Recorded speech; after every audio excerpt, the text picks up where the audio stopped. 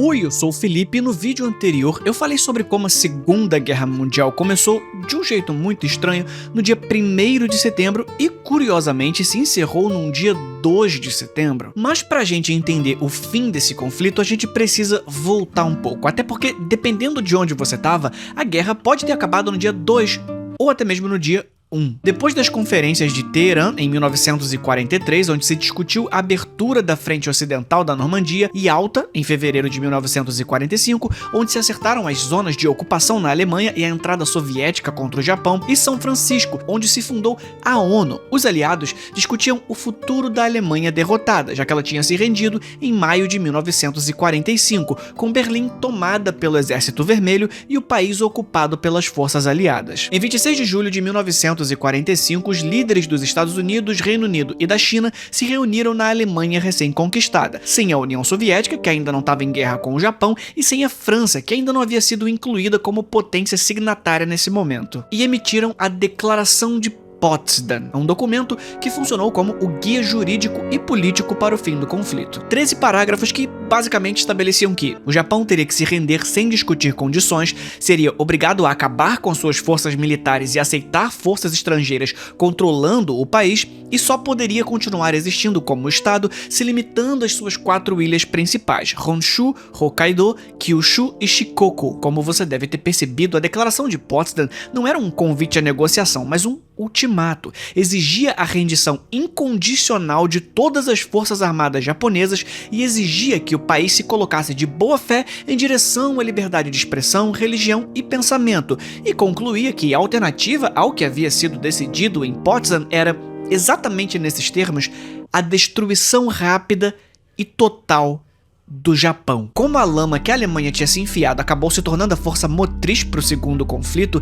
eles tomaram um cuidado mínimo de não repetir o erro para uma terceira guerra mundial. O texto prometia que os militares japoneses seriam desmobilizados e autorizados a retornar para casa, ainda que anunciassem a punição daqueles que haviam cometido crimes de guerra, e que o Japão não seria escravizado como raça ou destruído como nação. O governo japonês, dividido entre lideranças que buscavam encerrar o conflito e militares que insistiam em se opor, não respondeu de imediato a esse ultimato. De um lado, o primeiro-ministro Kantaro Suzuki, um almirante aposentado que via a derrota como inevitável, o chanceler Shigenori Togo, principal defensor da via diplomática, que tentava envolver a União Soviética como mediadora, e o ministro da Marinha, Mitsumasa Ionai, que reconhecia a impossibilidade de resistir diante a devastação das cidades. Buscavam encerrar o conflito. Só que do outro, o ministro do exército Korechika Anami, respeitado entre os militares e inclinado a continuar lutando, o chefe do Estado-Maior do Exército Yoshijiro Umesu, que acreditava que ainda conseguiam atacar, impor baixas e melhorar as condições de rendição impostas na Declaração de Potsdam,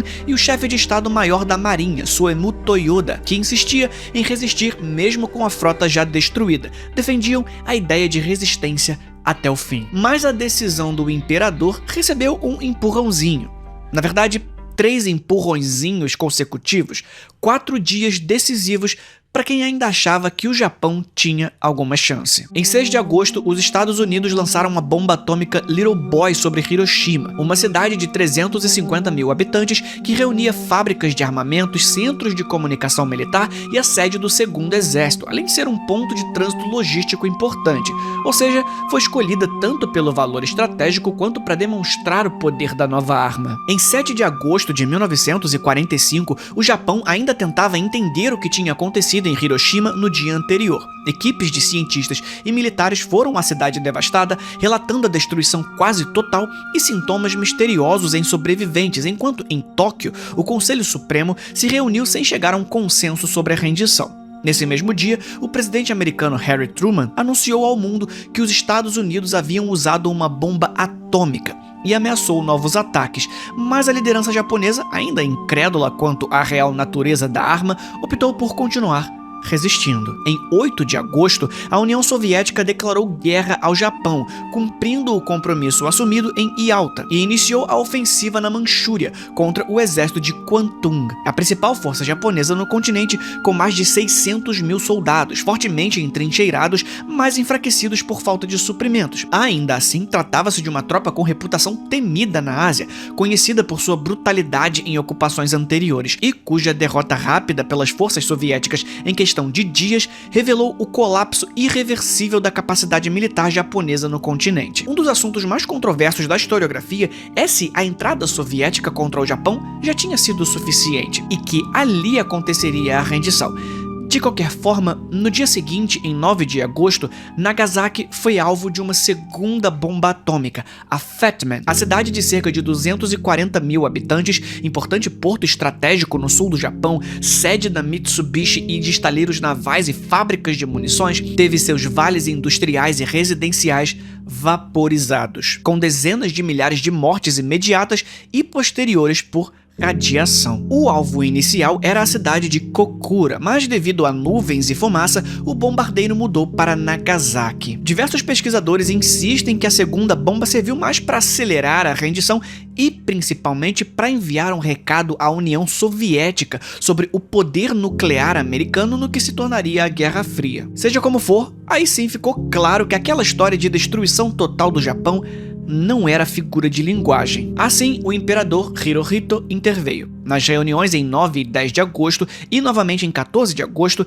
ele manifestou a sua decisão de aceitar os termos de Potsdam. Ainda assim, parte da liderança militar resistiu, e na noite de 14 para 15 de agosto, oficiais do exército japonês, liderados pelo major Kenji Hatanaka, tentaram um golpe para impedir a transmissão da mensagem imperial e prolongar o conflito. O que ficaria conhecido como o Incidente de Kyujo fracassou. Ao meio-dia de 15 de agosto, o imperador falou ao povo pela primeira vez no rádio, no Gyokuon Hosso, comunicando a aceitação da Declaração de Potsdam num discurso sério e distante, em linguagem arcaica, onde se recusou usar a palavra rendição, mas afirmou que a guerra não podia continuar, que o povo deveria suportar o insuportável e tolerar o intolerável, reconhecendo o peso da decisão para salvar vidas e preservar a nação. Mais tarde, em janeiro de 1946, Hirohito fez a chamada Declaração de Humanidade, na qual negou oficialmente a sua natureza divina, afirmando que a sua autoridade não vinha de ser uma divindade viva,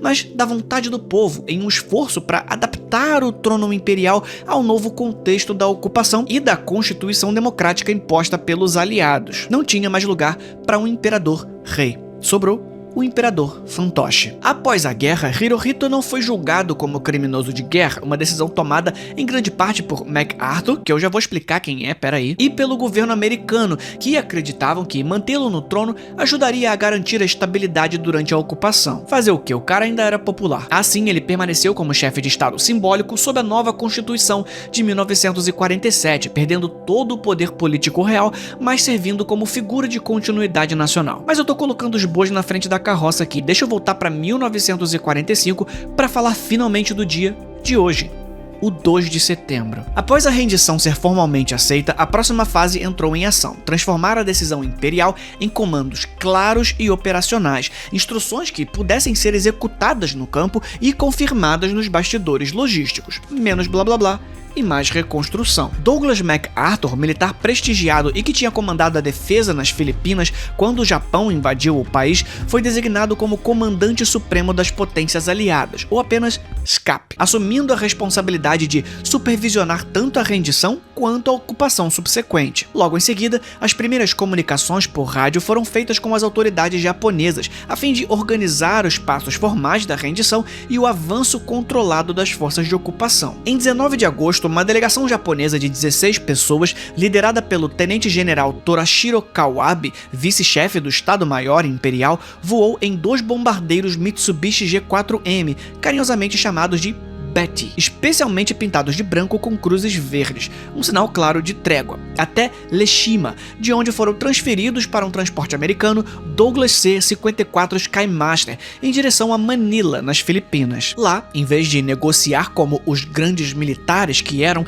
receberam calados instruções objetivas do grupo de MacArthur, ordens detalhadas para o procedimento de rendição, desarmamento e ocupação. E a transição do cessar-fogo para a presença física das tropas aliadas em solo japonês começou em 28 de agosto. Oficiais da 11ª Divisão Aerotransportada dos Estados Unidos pousaram no aeródromo de Atsugi, perto de Tóquio, com a missão de tomar o controle do campo de pouso, verificar condições de segurança e preparar a infraestrutura necessária para a chegada de MacArthur. Foi um momento de alta tensão, já que aquelas eram as primeiras tropas estrangeiras de ocupação a pisar em solo japonês, não desde a guerra, mas em séculos, porque o Japão, após expulsar os mongóis lá no século XVIII e limitar contatos externos durante o período Edo, nunca tinha recebido forças estrangeiras em solo até 1945. E claro, havia receio de resistência ou sabotagem local. Em 30 de agosto, o próprio general MacArthur chegou a Atsugi, estabelecendo um quartel-general provisório em Yokohama.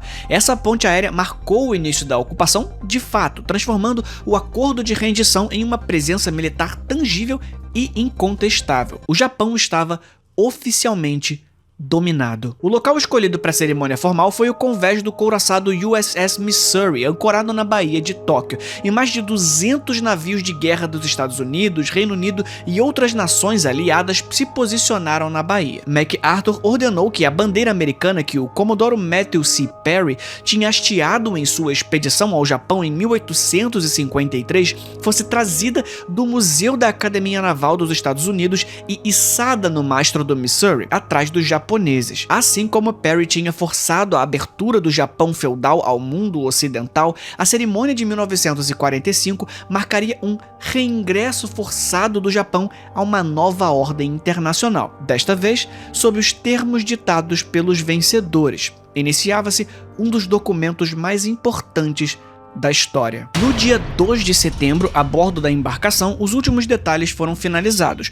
Uma mesa simples, retirada do refeitório do navio e coberta com um feltro verde, foi preparada para assinatura. Eram duas vias do instrumento de rendição, uma encadernada em couro para os aliados e outra com bordas de lona para os japoneses. O posicionamento das delegações na mesa foi cuidadosamente planejado.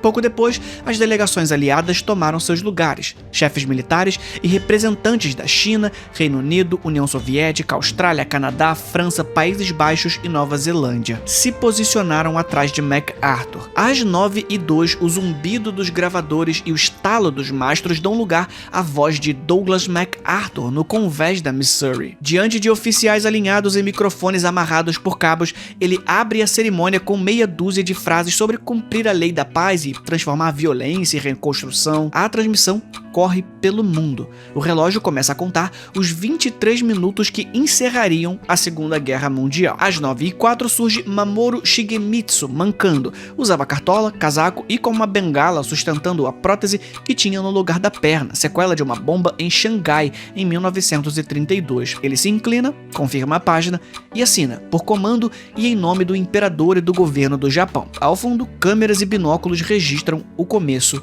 do fim. Às 9h06, Yoshijiro Umezu, chefe do Estado-Maior do Exército Japonês, assina pelo Quartel-General Imperial. MacArthur, então, toma o assento e, como comandante supremo, registra sua rubrica que formaliza a aceitação em nome dos aliados. Em volta você encontra testemunhas escolhidas a dedo. Jonathan Wainwright e Arthur Percival, recém-libertados dos campos de prisioneiros na Manchúria, observam a cena que reverte a submissão que um dia foram forçados a anunciar. Todos os representantes dos aliados começam a assinar e, na vez do canadense Lawrence Moore Cosgrave, assina no lugar errado. Assim, o encerramento do conflito se torna inválido e a Segunda Guerra Mundial volta imediatamente. Mentira, não foi isso que aconteceu não, mas imagina que filmaço que a gente não ia ter hoje se tivesse acontecido assim. O que acontece é que ele assinou uma posição abaixo do lugar indicado, mas o fluxo não podia parar. Sutherland puxa o lápis e corrige à mão os títulos de cada país dali para baixo. Os japoneses hesitam até que ele rubrica cada emenda para dar uma garantia ao documento. Por fim, todos os representantes dos aliados assinaram e MacArthur retornou ao microfone, declarou encerrada a sessão e desejou que a paz fosse, enfim, restaurada. E o silêncio durou um segundo exato para logo em seguida ser rasgado por motores. 450 aviões da frota de porta-aviões passam informação sobre a Missouri. Minutos depois, chegam os B-29. A vibração no ar substitui qualquer salva de canhões na cerimônia. Às 9h25, termina oficialmente. Os papéis estão assinados, o protocolo está cumprido e o som que resta na Baía de Tóquio é o dos últimos sinais de guerra no ar. E a voz de Douglas MacArthur ao microfone enquanto declarava: estes procedimentos estão encerrados. Na verdade, alguns historiadores acreditam que não existe isso de Primeira e Segunda Guerra. Os conflitos podem até ter sido interrompidos oficialmente, mas como você consegue lastrear as causas sem interrupção, o correto seria chamar de a Grande Guerra, que começou em 1914 e terminou em 1945. Seja lá como for que você queira chamar, é interessantíssimo como em apenas 23 minutos o conflito mais sangrento da história da humanidade teve o seu encerramento formal. E no dia 2 de setembro, a Segunda Guerra encontrava o seu fim na Baía de Tóquio. Apesar de que, aqui no Brasil, ainda era dia 1º, 9 horas da noite. Enfim, esse foi o vídeo de hoje. A gente se vê na próxima. Fui.